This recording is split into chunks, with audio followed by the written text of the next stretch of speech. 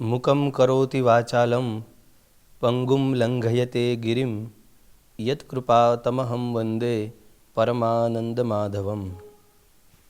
माँ, करुणामयी माँ के चरणों में प्रणाम करते हुए, श्री सद्गुरुदेव भगवान की चरण रज को प्रणाम करते हुए आप सभी को जय श्री कृष्ण। चैत्र नवरात्र के इन पावन दिनों में हम आदि गुरु भगवान शंकराचार्य जी के द्वारा विरचित श्री देवी अपराध क्षमापन स्तोत्रम के ऊपर चर्चा कर रहे हैं। हमने 2 श्लोक पहले वाले और उसके बाद में 2 श्लोक ऐसे करके 4 श्लोकों के ऊपर चर्चा की। आज 5वें श्लोक से हम भगवान शंकराचार्य जी के भावों के साथ माँ की स्तुति करेंगे। यह स्तोत्र बड़ा ही अद्भुत है। इसके भावों के साथ यदि हम चिंतन करेंगे तो सहज ही माँ से अपना प्यार कई गुना बढ़ जाएगा। तो ऐसा जो दिव्य स्तोत्र है, जिन्होंने शंकराचार्य जी के हृदय को भी आप्लावित कर दिया, ऐसा जो दिव्य स्तोत्र है, इसके ऊपर हम चर्चा करेंगे। 5वें श्लोक से हम भगवान शंकराचार्य जी के वाणी से जुड़े। परित्यक्ता देवा विविध विधि सेवा कुलतया मया पंचाशीते रधिकमपनीते तु वयसि इदानीं चेन्मातस्तव यदि कृपा नापि भविता निरालंबोलंबोदरजननिकं यामि शरणम। हे लंबोदर जननी, हे गणपति जी की माता, हे पार्वती जी, यह बताइए कि मैं किसकी शरण में जाऊं। यहाँ गणपति जी का नाम लिया है क्योंकि माँ को गणपति जी से बहुत प्यार है। तो माँ, जैसा आप गणपति जी से प्यार करती है, ऐसा ही प्यार, ऐसा ही मैं भी आपका संतान हूँ, आप मुझसे भी प्यार करें। यह शंकराचार्य जी ने गाया है। देखो माँ, परित्यक्ता देवा विविध विधि सेवा कुलतया, भिन्न भिन्न पूजाओं को मैंने छोड़ दिया, भिन्न भिन्न देवताओं को मैंने छोड़ दिया, उनकी पूजा करने मैंने छोड़ दी। इहलोक के देवताओं को तो छोड़ दिया, परलोक के देवताओं को भी मैंने छोड़ दिया। इहलोक के देवता यानी जो विद्वान है, जो पैसे वाले हैं, ऐसे जो बड़े बड़े लोग हैं, उनकी भी मैं पूजा नहीं करता हूँ। देखो, यहाँ के लोगों की यदि पूजा मैंने की होती तो मुझे कम से कम संपत्ति तो मिलती, मेरा गुजारा तो शांति से होता। लेकिन मैंने यहाँ के देवताओं की भी स्तुति नहीं की, उनकी शरण में मैं नहीं गया, उनकी सेवा नहीं की। और परलोक के जो इंद्रादि देवता है, उनकी भी मैंने उपासना नहीं की। मैंने तो अपनी माँ को ही पूजा है। न तो मैंने सूर्य आदि किसी ग्रहों की उपासना की है, मैंने उनकी सेवाएं छोड़ दी है। और आज मेरी उम्र क्या है? मया 85 अधिकमपनीते तु वयसि, 85 साल हो गए मुझे, अब मैं किसकी शरण में जाऊं। इस एक वाक्य को ही, पद्य की ऐसे एक लाइन को ही प्रमाण मान के कई लोग ऐसा कहते हैं कि यह स्तोत्र आदि गुरु शंकराचार्य जी ने नहीं रचा हुआ है। ऐसा लगता है कि उनके जो शंकराचार्य जी की जो गद्दी होती है, 4 स्थानों में जो उनकी गद्दी होती है, वहाँ जो शंकराचार्य बने होंगे, उन्होंने यह स्तोत्र रचा है।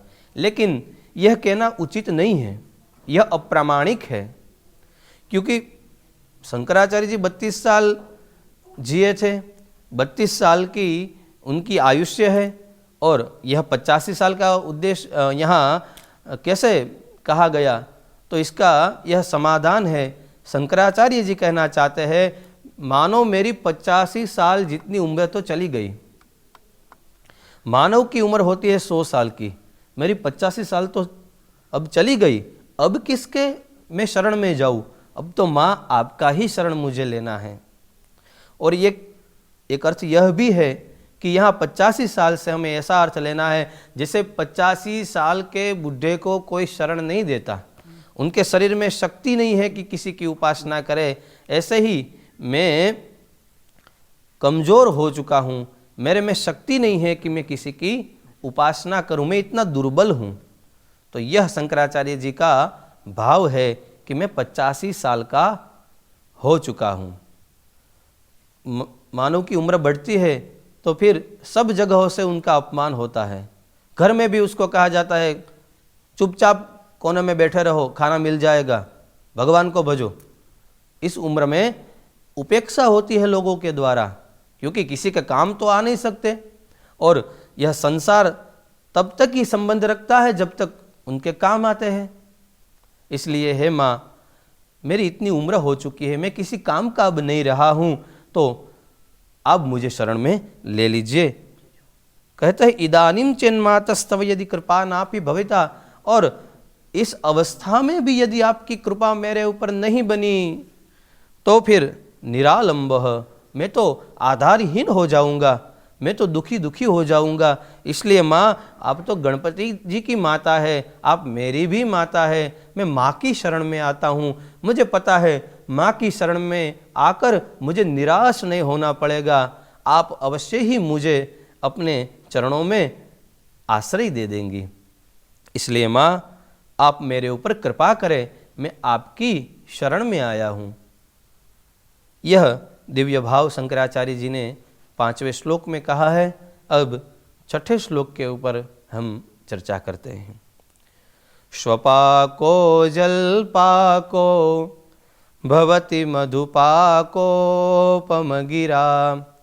निरातंको रंको विहरति चिरं कोटिकनके, तवापर्णे कर्णे विशति मनुवर्णे फलमिदं, जनः को जानीते जननी जपनीयं जपविधौ।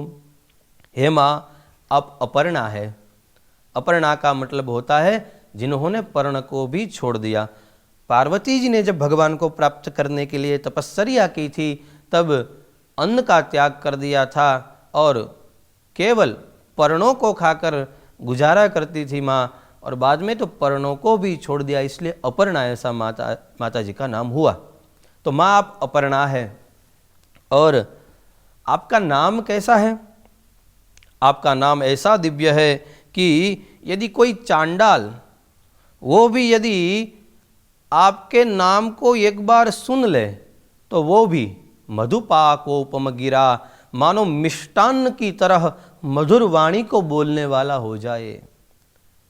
शास्त्रों में 5 प्रकार के चांडालों का वर्णन है, जिसमें किसी की ईर्ष्या करता हो, क्रोध करता हो, ऐसे 4 चांडालों का वर्णन, और जो जन्म से चांडाल हो, ऐसे 5 चांडालों का वर्णन है। यदि माँ, कोई चांडाल भी आपके नाम को सुन ले एक बार, तो वो भी मिष्टान्न की तरह मधुर वाणी को बोलने वाला हो जाएगा, वो भी अच्छा वक्ता हो जाएगा। इसलिए माँ, आपका नाम ऐसा दिव्य है। और जो रंक है, यानी जो जिसके पास थोड़ा सा भी धन नहीं है, वह भी यदि आपके नाम को सुन लेगा तो फिर कोटि कनके ही, मानो करोड़ों सोना की मुद्राओं के साथ ऐसा वो संपन्न हो जाएगा कि सोने की करोड़ों मुद्राओं उनको मिल जाएगी, और वह निरातंक होकर, यानी निर्भय होकर इस संसार में विचरण करेगा। ऐसा आपके नाम का महात्म्य है। पैसा आने से डर बढ़ता है कि कहीं यह चला नहीं न जाए, कोई लूट न ले, चोर चोरी न कर ले।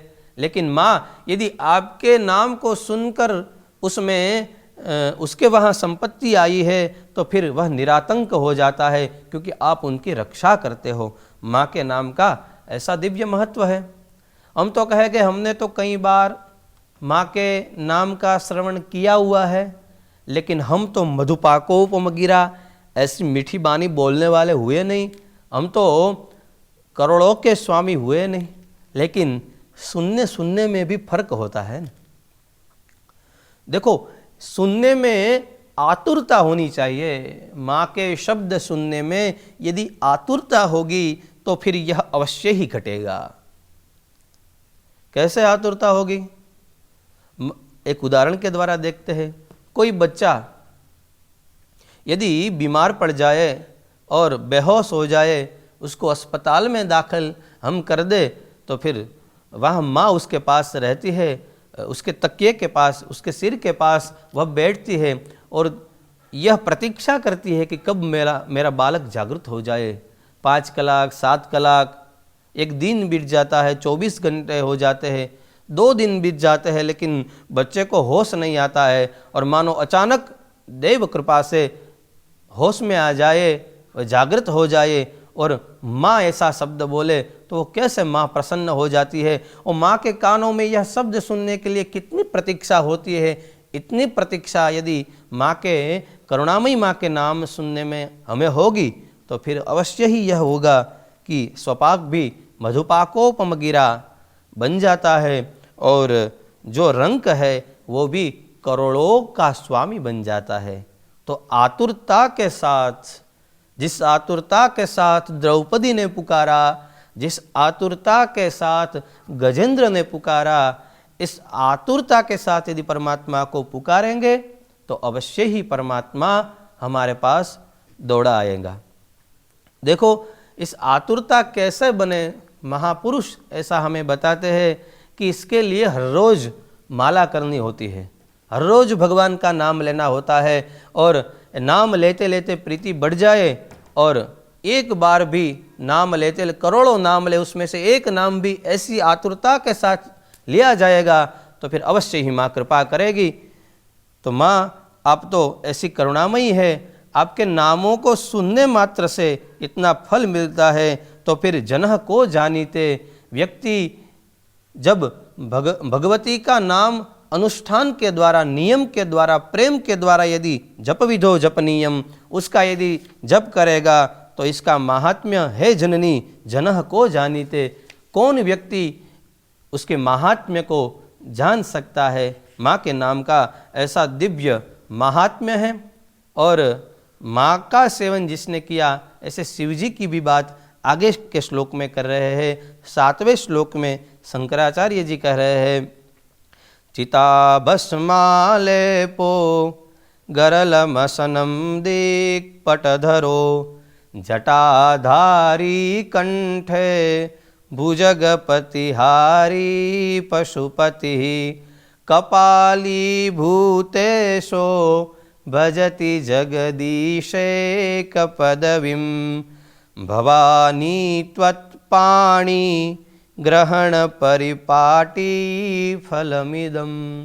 देखो, जो शिव जी है वतः चिता भस्मालेपो, चिता के भस्म से लेप करने वाले हैं, अपने पूरे शरीर में चिता की भस्म लगाने वाले हैं।